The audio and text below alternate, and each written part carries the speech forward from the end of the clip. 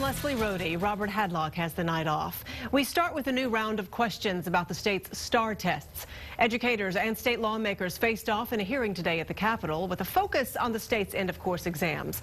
That hearing comes amid concerns after the state released the scores from the first round of tests. Only 68% of students statewide passed the reading portion of the test, and just 55% passed the writing portion.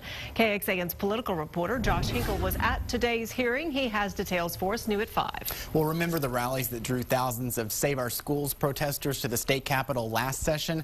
Well, get ready. It's about to happen again. It started when lawmakers laid out cuts of up to $10 billion from public education.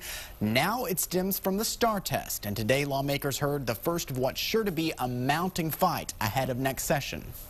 The House Committee on Public Education will come to order. A House panel reviewing the first round of STAAR testing in Texas took heat from superintendents across the state. You say it's administered too early. If we administered it later, right now, we're not getting the scores back from those tests in time for the teacher to be able to put the 15% into the grade. Time for preparation and timing of the test. They were some of the concerns from school leaders like Manor ISD Superintendent Andrew Kim. Are there ways to be more efficient?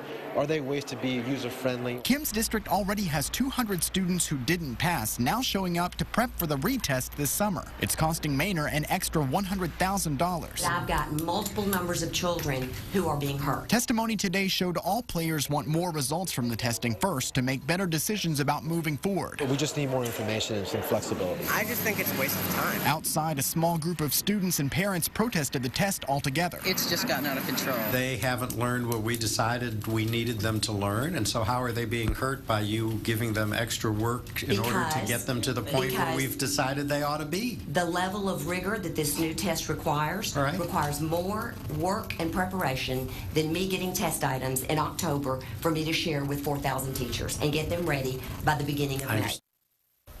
To be continued for sure. And for those of you keeping a tally of education challenges for the next session, the state's losing 4 of its biggest players. Both education chairs, Rob Eisler in the House and Florence Shapiro in the Senate, won't be returning. Eisler didn't win his primary. Shapiro is retiring, as is longtime House education guru Scott Hochberg.